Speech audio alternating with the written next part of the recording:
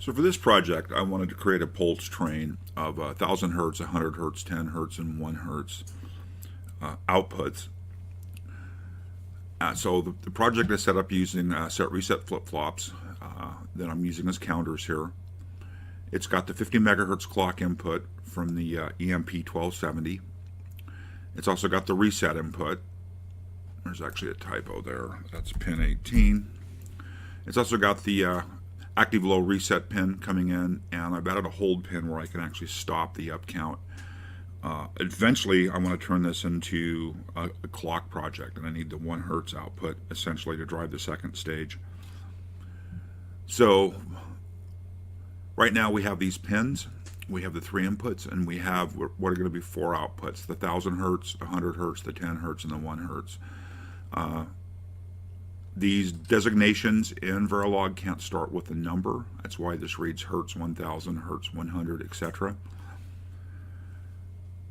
We've got a block where we define our inputs and outputs. As I said above, we've got 3 inputs and we have 4 outputs. And the output again is to produce 1000, 100, 10, and 1 hertz outputs. Internally, we've got some registers. We have an enable register, which is what that hold takes control of. If it's a 1, then we count. If it's not, we pause. We have a 15-bit register here. If we take 50 megahertz and we want to get it down to 1000 hertz, which is what I'm trying to do in this first stage, we would divide it by, I don't remember the exact number, let me bring it up here. Get the calculator on screen here. So if we take 50 megahertz, 1, 2, 3, 4, 5, 6, and we divide it by 1000 hertz, we should get 50,000. So if we divided that incoming 50 megahertz clock by 50,000, we would get 1000 hertz out. However, I wanted this to be a square wave output, and so what I'm actually doing is dividing by 2000, which says we're going to divide the clock stream by 25,000. So every count in that 50 megahertz clock of 25,000, we toggle an output. So first count, the output goes high. The next 25,000 count, it goes low, and that produces a nice 50% duty cycle square wave. So if we look at the hex for 25,000 at 61A8, oops, it's 61A8 as I said, which is sitting right here. So what this first set reset flip-flop is doing is saying anytime there's a positive edge on the clock or a negative edge on the reset. If reset is low, we turn the count enable back on, we set the counter to 0, and we set the clock 1000 output to 0. So I'm using a 15-bit counter here because I need to count to 25,000. And if we look at that in hex down here, we'll see we have 4, 8, 12, 13, 14, 15. So a 6 can be represented in 3 bits, 4, 2, and a 1 bit, with 4 and 2 being high. So I only needed 15 bits to represent that count, which is why I made this 15 bits. We then have 3 more counters up here that are 3 bits wide, and that's because they were going to divide by 5. So we're going to take that 1000 hertz output and we're going to divide it by 5, and that'll produce its output toggled high, and then divide it by 5 to toggle low, and that should give us a 100 megahertz output, and then a 10 megahertz with another divide by and another divide by. So these only need to be 3 bits wide. They're defined as 3 bits wide, and then we have 3 or 4 registers here that represent the clock outputs. They're going to come out of the device. So let's step back in again. We have got a reset, else if we're not in reset mode, if that hold is true, then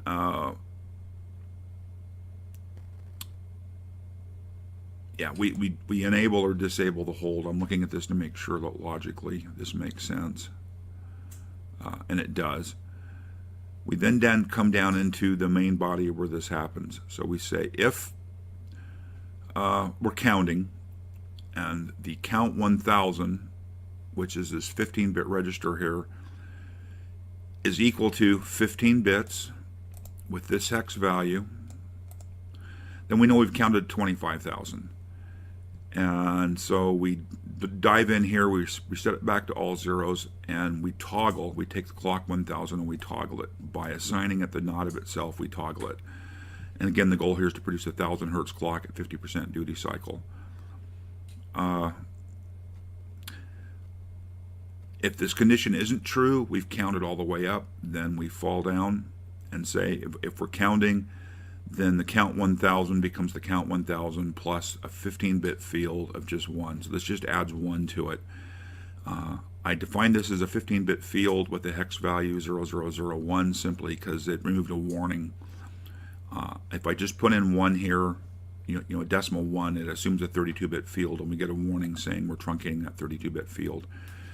And then we have a very similar stage that in this case does a divide by 5 to produce that 100 hertz output. So it takes that clock 1000 hertz input and goes through the same kind of logic that basically says divide it by 5, set the clock 100 output low, divide it by 5, set it high. So again, we get a 50% duty cycle, 100 hertz clock. And these stages are really all coded the same. Clock 100 comes in, and we're going to toggle clock 0. And then clock 10 comes in, and we're going to toggle clock 1. So this all made sense to me, the way it was written. These actually should have all been knotted, because I want the LEDs on when the pin is high. So when the clock 1000 is high, I want the LED to be set to 0, and we've talked about this before, where the LEDs on the board are tied to a common positive. So by taking the pin they're tied to a 0, it turns the LED on. So really, this was the code I came up with. The basic design for this SR flip-flop came from a book called Verilog by Example, A Concise Introduction for FPGA Design, and it's written by Blaine C. Riedler, R-E-A-D-L-E-R. It's a short little book, and it just basically jumps in very quickly into implementing simple stuff. And so the design, for, like I say, for each one of these always blocks here came from his book. So with this as written, however, we have an issue. And the issue is it's not producing the clock streams as I expect them to be. The timing is wrong, and I've already troubleshot this, and I know what I did wrong, and I'll take you back through that process. So this is the code as written. Anyhow, let's take a look now at the board, and we'll see what the problem is. So after getting the Verilog compiled and downloaded, what I should have here on the 4 LEDs is a pulse every thousandth of a second, hundredth, tenth of a second, and every second. And if you watch the bottom LED here, it should be 50% duty cycle, so on for half a second, off for half a second. And if we kind of count this 1001, 1002, 1003, 1004, 1005, 1006, and it's not accurate. It's on for closer to a second and off for closer to a second. So I knew I wasn't getting what I wanted here. So looked at the code some more and didn't see anything obviously wrong. So I went ahead and dragged the scope down and thought I'd take a look at it with the scope. So over here we've got my trusty Roden Schwartz RTB 2004, and I've got 4 traces set up here: the 1 kilohertz, the 100 hertz, the 10 hertz, and the 1 hertz. And we're sitting on 100 milliseconds per division, and so we would expect this pulse width to be 500 milliseconds, high, and then 500 milliseconds low, and it's actually out here closer to 840 milliseconds or so. So we know the 1 second clock is running long, and if we look at the 10 millisecond clock, we can see that a full cycle again is too slow. These are a little wider than they should be. And if we zoom in further, onto the 10. So this is the 10 millisecond down here. Let's see. 1 hertz, 10 hertz, 100 hertz. The 100 hertz is up here. Sorry, I had it backwards a second ago. We're now at 10 milliseconds per division, and I expect this to be 10 milliseconds here. And it's not. It's more like about 12 milliseconds. So I knew the timing was wrong. And if we zoom into the which would be the 1 kilohertz, it looks okay here on the screen. But again, in this case, don't really have enough resolution here to really know. Although here we can see that it's off. So we're down to 500 microseconds per division. And so I would expect this transition to transition to be 1,000 microseconds or 1 millisecond. And it's slightly less than that. This edge should really be centered up on the line over here. So it is running fast according to the timing I'm seeing here, and it's running fast just observing the LEDs. So the next question became, why is the timing off? One thought could be the 50 megahertz crystal has significant error to it. I actually took a one shot of this, so that's the data set we have. I kind of decided that's probably not the case on this. It would have to be significantly out to be this bad. So the next question became, it's got to be in the code. What have I done wrong in the code? So I came back around to the Verilog and took a look at the 1 hertz square wave piece of code here. It expects a 10 hertz signal in, and it wants to basically generate a 50% duty cycle right here. So I began thinking about the loop starting at this point. We've just set the count back to 0, and we've inverted the clock so that output edge has gone high or low. It really doesn't matter. And the next time and that closes the loop out. The next time we come in, we're not reset. The count isn't equal to 5, so we increment the count by 1. And we've now counted out one count. We come through for 2. We come through for 3. We come through for 4. And then we come down for 5. So, and what happens is, this is actually looking at 5 or 6 complete cycles through 0, 1, 2, 3, 4, and 5 through the code, when it really should only be looping for a count of 4. Well, I said that poorly. Really for a count of 5 instead of 6. And so the basic bug I had here is simply this. This needed to be a 4 and not a 5 here. Because we're going to count 0, 1, 2, 3, 4, 0, 1, 2, 3, 4. And that gives us counts of 5. Toggle the output, count of 5, toggle the output. So it was just a coding error on my end. Because these start at 0, you're going to count 4 to get 5 total counts through. And so if I take all of these blocks and we simply fix these,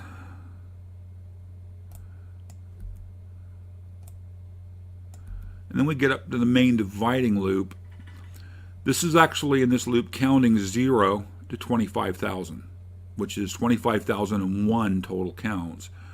So this needs to be lowered by 1. That's actually 27 or 7. This is actually, if I can get it selected here, 24,999, because remember this is 0 base, so that's 25,000 total cycles through. The A8 becomes an A7, and we should count to 25,000 2,000 times a second. 50,000 divided by 25,000 equals 2,000.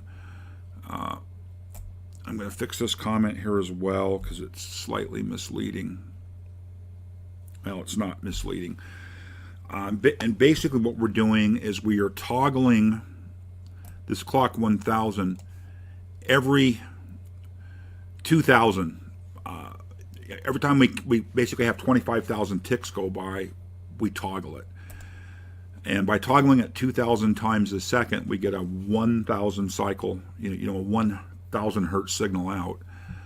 I hope that made some sense. Bottom line is I was spending 1 extra cycle in each one of these loops. At the 50 milli, at the main counter here that breaks the 50 megahertz up into the 2,000 hertz toggle chain. Being off by 1 wasn't really dramatic, but when you get down here and we're now at 100 hertz and we're off by a count of 1, that adds an additional, what would that add? An additional 10 milliseconds.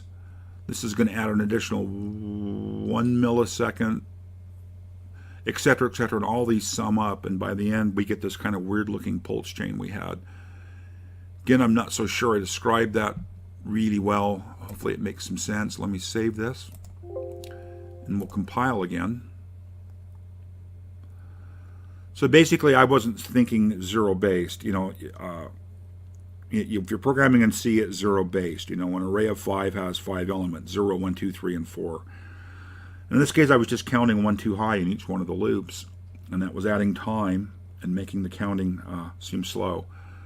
So once I realized that and made the changes we just made, and let me just double check I've got them all, 4 and 4, 4 and 4, 4 in the comments, 4, and 61A7, which is 24,999.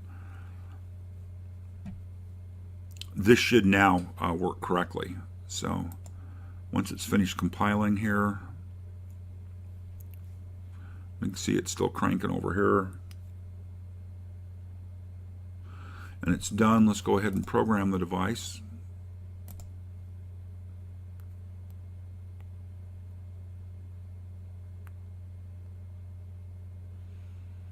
And the device is programmed. So let's jump back now to looking at the board and the waveforms.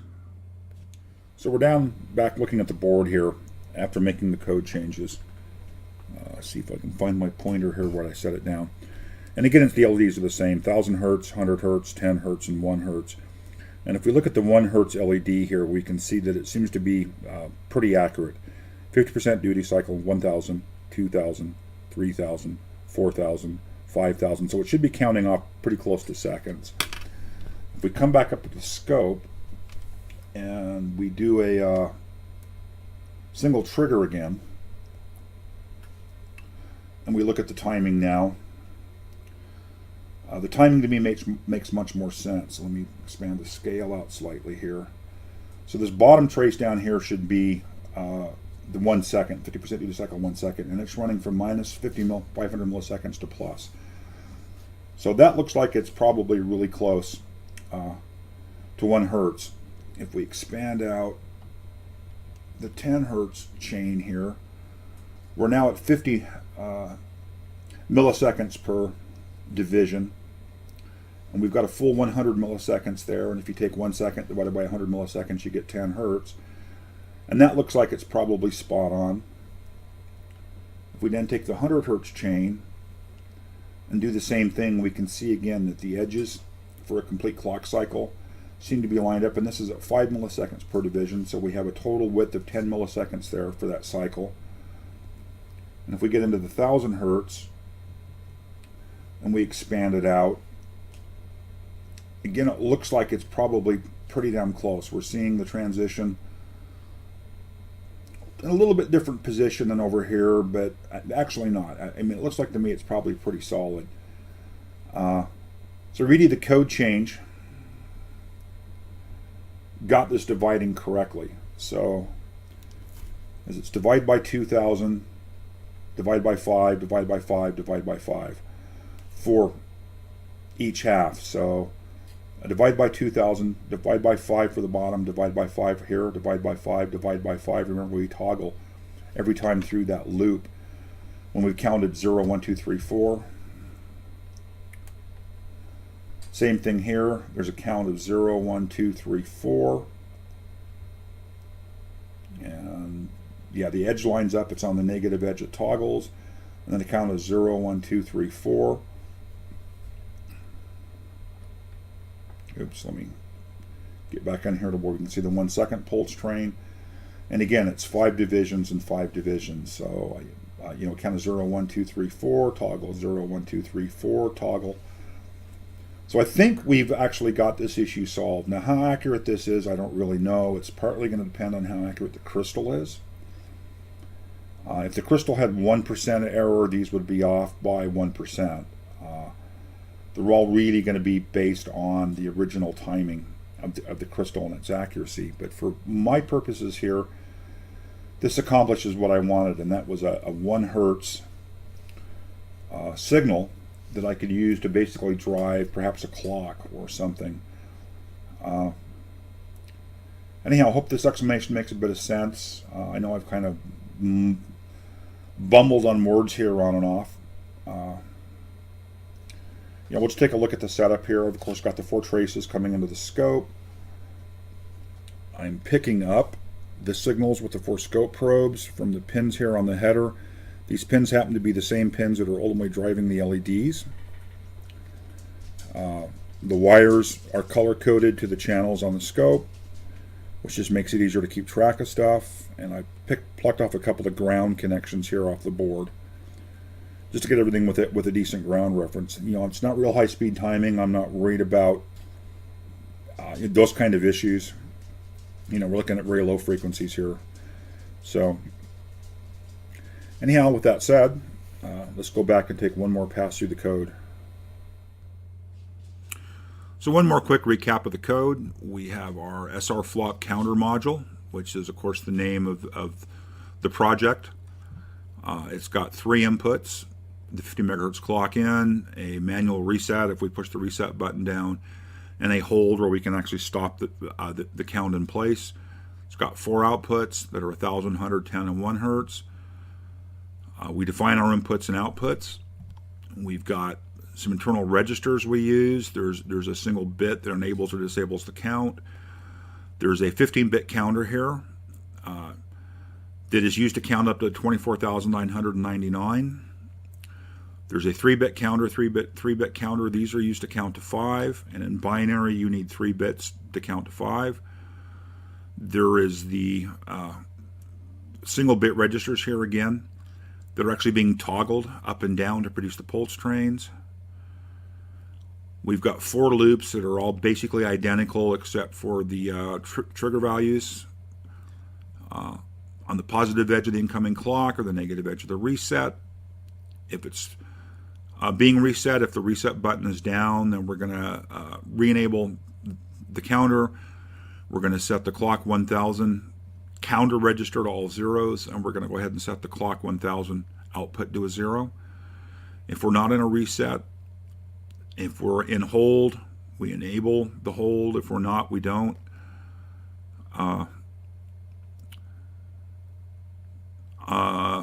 We then, if the count enable is enabled, and the total number of loops through this is not equal to 24,999, we increment the counter. If we get to 24,999, we reset the count to zeros and we toggle the clock out.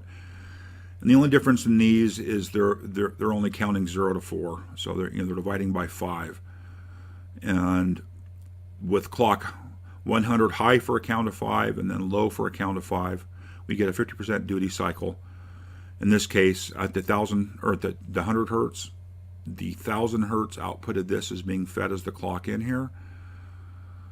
This 100 hertz signal is being fed as the clock into here to produce the 10 hertz train, and then the 10 hertz clock is fed in down here to produce that 1 hertz clock train.